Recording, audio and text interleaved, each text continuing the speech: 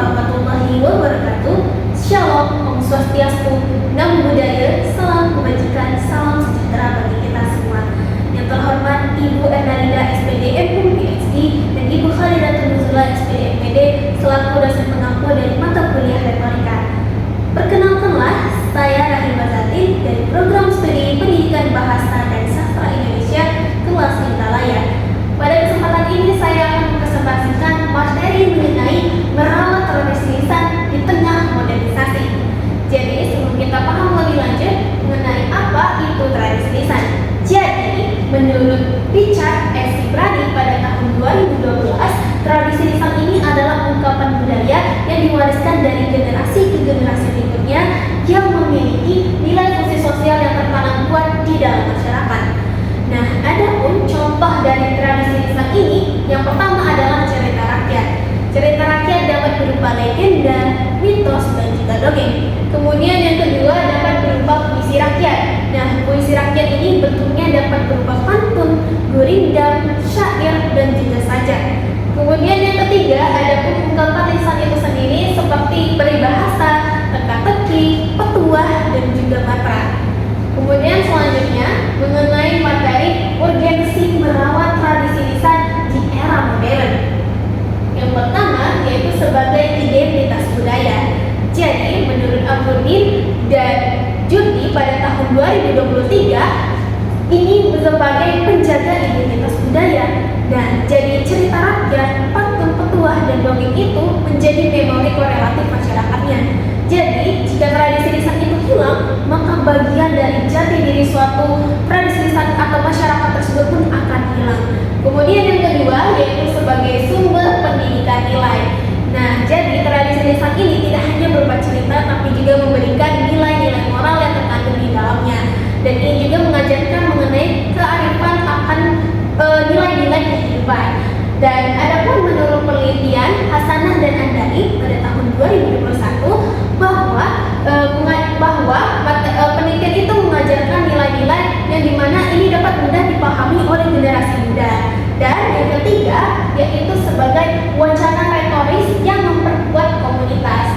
Jadi tradisi lisan ini tidak merupakan komunikasi korelatif yang terjadi di masyarakat. Jadi jika para petua memberikan suatu tradisi lisan seperti cerita rakyat, ini dapat membangun solidaritas, rasa kebersamaan, dan juga menjadi suatu penggerakan dalam sebuah tindakan. Nah, baik, selanjutnya adapun tantangan modernisasi terhadap tradisi lisan. Nah, di mana menurut penelitian yang tercantum, dan ini adalah poin-poin tepatnya. Yang pertama mengenai dominasi budaya global.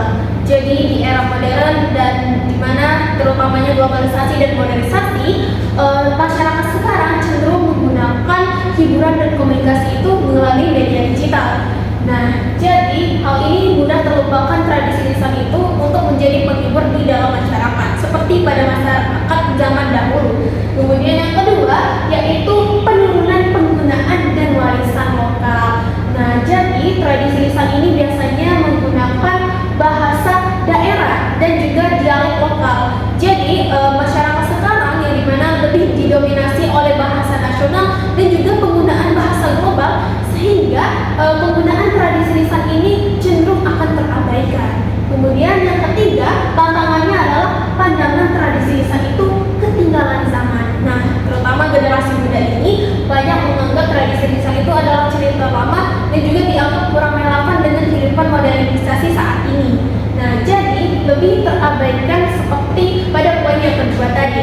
Kemudian yang keempat adalah kesulitan pelestarian ke generasi muda. Nah, ini lebih tepatnya bahwa di mana tradisi lisan ini adalah tindak tutur secara nyata seperti orang tua kepada anaknya. Nah, pada zaman sekarang tradisi lisan ini di mana orang tua jarang menerapkannya kepada generasi muda ataupun keturunannya. Dan yang terakhir yaitu yang kita akan bahas mengenai strategi merawat tradisi lisan di era modern. Nah, yang pertama yaitu digitalisasi tradisi lisan. Nah, hal ini menjadi yang penting karena dengan digitalisasi di saat ini, jadi kita memanfaatkan hal yang lebih menarik seperti kita memberikan suatu cerita rakyat dalam bentuk nama yang diupload melalui kanal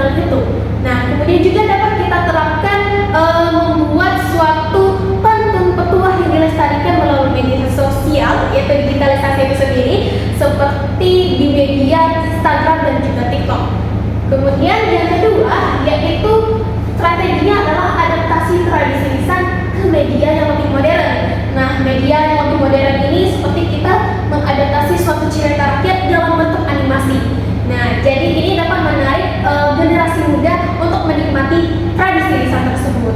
Kemudian juga ada yang diterapkan pada zaman sekarang atau telah ada, seperti ada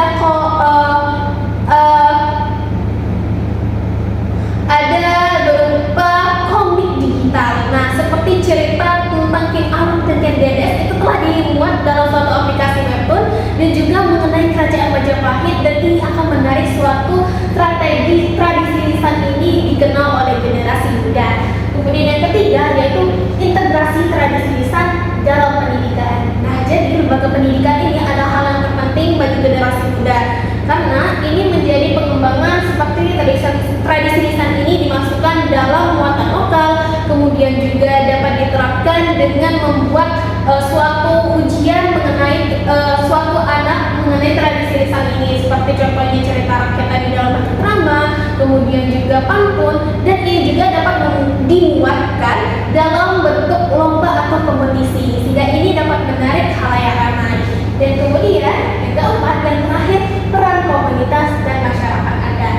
Nah, jadi selain digitalisasi dan hal-hal yang seperti tadi, ada juga kita memerlukan tokoh adat. Jadi kita membicarakan dengan tokoh adat melalui muatan festival lokal tradisi lisan, dan ini juga dapat dibentuk dalam membuat suatu kompetisi mengenai tradisi-tradisi lisan tersebut. Baik, sampailah tahap terakhir, kesimpulan. Jadi, walaupun tradisi lisan ini memiliki berbagai tantangan, tetapi ini dapat memperkuat juga dengan kita memanfaatkan media digital.